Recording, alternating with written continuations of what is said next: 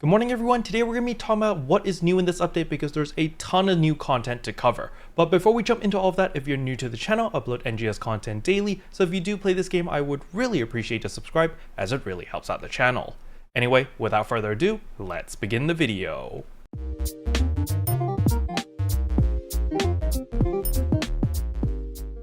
Alright, so the very first thing I want to go over is of course the free items. So when we go to systems over here, get campaign items, receive item account, you're going to notice that we got compensation for weekly task bug, which gives us an arms refiners as well as 3 special scratch tickets. Make sure to pick that up. We get compensation for featured AC scratch items bug, where we get 20 star gems. Make sure to pick that up. And last but not least is of course the PSO2 day buff, so make sure to pick up your 50 star gems as well as 2 special scratch tickets. Alright, the very first thing I want to go over is how to enable the DPS meter, because a lot of people were asking in yesterday's video. You simply go to systems over here, go to options, go to gameplay, and scroll to nearly the very bottom right here, and you're going to see right here display damage per second. By default is going to be on hide. You simply click show, and once you've done that, the DPS is going to show on the top right corner whenever you're fighting a boss. Now the DPS meter will not show up in a combat zone, it only shows up during boss fights. The second question I want to get out of the way is how to change the vital gauge design. So that is this design over here to where my HP bar is. You can see that I've got this like blue design to it. All you need to do is simply go to personal over here, go to vital gauge design, and right here are all the different designs that you can pick. So let's say you want the rappies over here, click on the rappies, and boom, you can see my HP bar now has the rappies behind it, but I don't like that one. It's a little bit too bright for me. I prefer the blue one, so I just switch it back to blue, and voila, easy peasy. Alright, with that out of the way, the next thing I want to talk about is of course the Leciel exploration, or the new standing quest. In order to access it, you simply just go to your quest counter over here, and right here there is the Leciel exploration. You click on it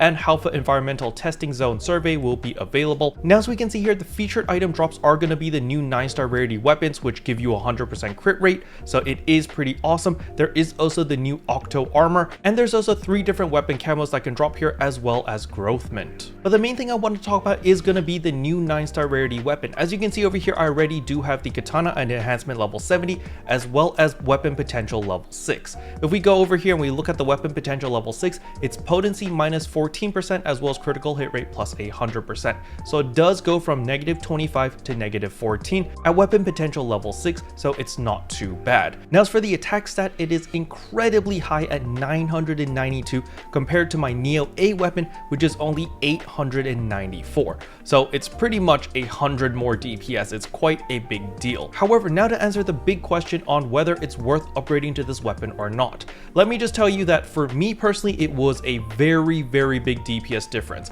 Basically with the Neo A weapon, I was hovering between the low 3000 damage. The moment I switched to this weapon with imperfect augments and my armor still have the Dreadkeeper 4s, I'm already hovering between high 3000s, low 4000 DPS already with imperfect augments. So yes, it is definitely worth upgrading to these weapons. The only class that I would be a little bit hesitant on upgrading would be the Slayer. Only the Slayer class might not need to upgrade to this weapon depending on what your current weapon is. The main reason I say this is because the Slayer already crits very often. If you have good gear, you should have like 70% crit rate already, which is relatively high, but I'm gonna assume that not a lot of people have perfect gear. So if you don't have perfect gear and you're not playing a Slayer, then upgrade to this weapon. It's a no-brainer. You're gonna be doing a lot more damage with this weapon.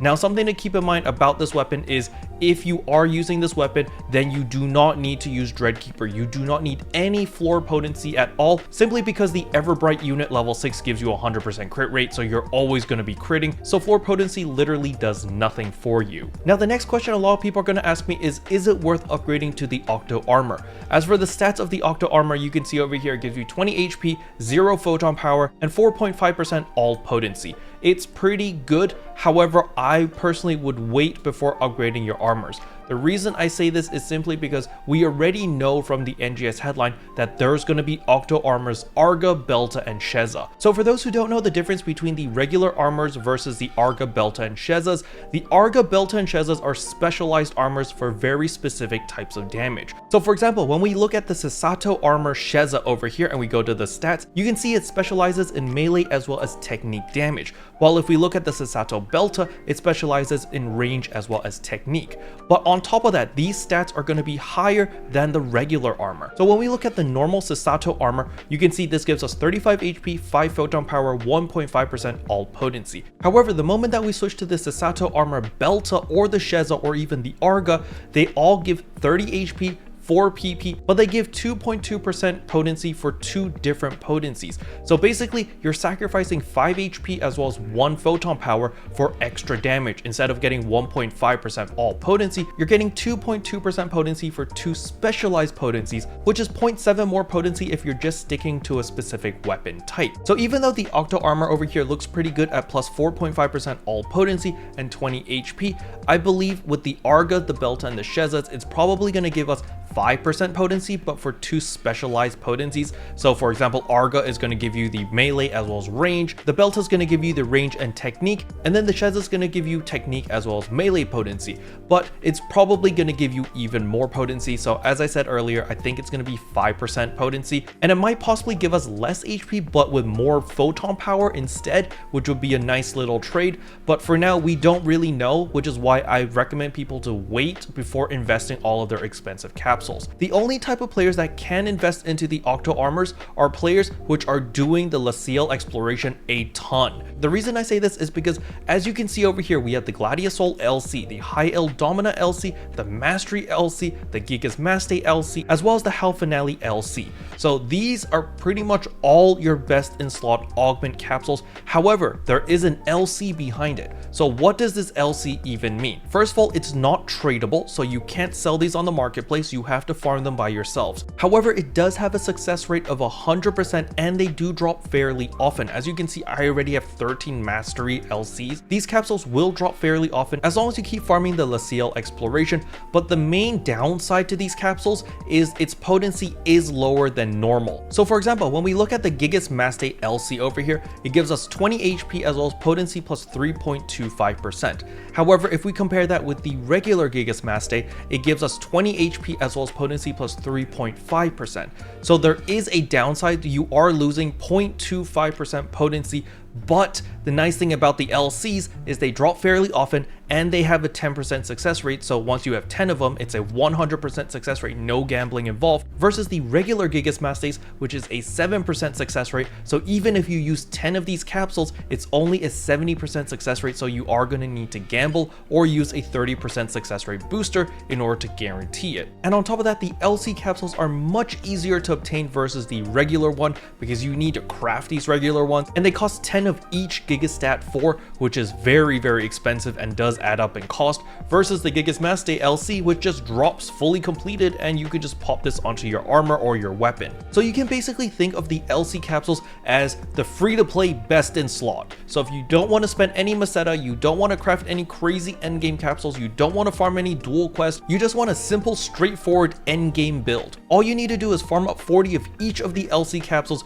That's a 100% chance. There's no gambling for your augments. You slap these 5 augments and then you throw in an XD capsule and you're good to go. Now, I might not consider Mastery LC because Mastery LC isn't that great. It gives you 2.25% potency as well as 2.5% floor potency and damage resistance, which you don't really need with the new weapon because again, we don't need floor potency. So what I would recommend is replace Mastery with just like Stat 4, for example, which just gives you 3% more potency, but you can use these Mastery LCs if you like the damage resistance because, well, you know, they drop fairly often. It's pretty much free to throw these onto your armors. So again, the only reason anyone would fully augment their Octo armors is if you farm so much of the Leciel exploration that you're swimming in all of these LC capsules that you have nothing better to do with them, then yeah, you can throw them onto your armors and throw them onto your weapons and you're pretty much good to go. You're only sacrificing 0.25% damage. Sure, it does add up a little bit, like if you were to use all LC capsules and all XD capsules, you'd be 5% potency lower than the potential maximum,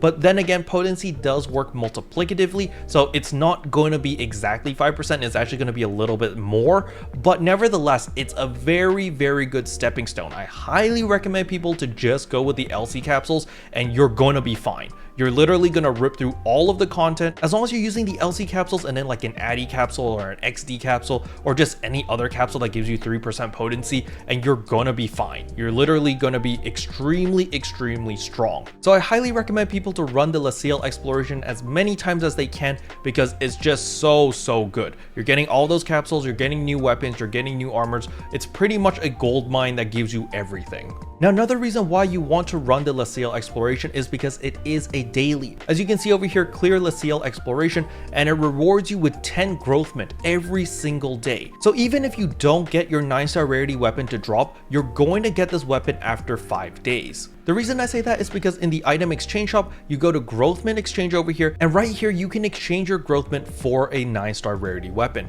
So if you don't need a Fixa, you can see it costs 50 Growthment. However, if you want the Fixa Terminal level 1, it will cost you 300 Growthment. Now I highly recommend that you aim for the Fixa Termina because this gives you critical potency plus 6%. So that is critical damage. Remember, we have 100% critical rate, so we're always going to be critting. So the only Fixa you should be considering with this weapon is going to be Fixa Termina.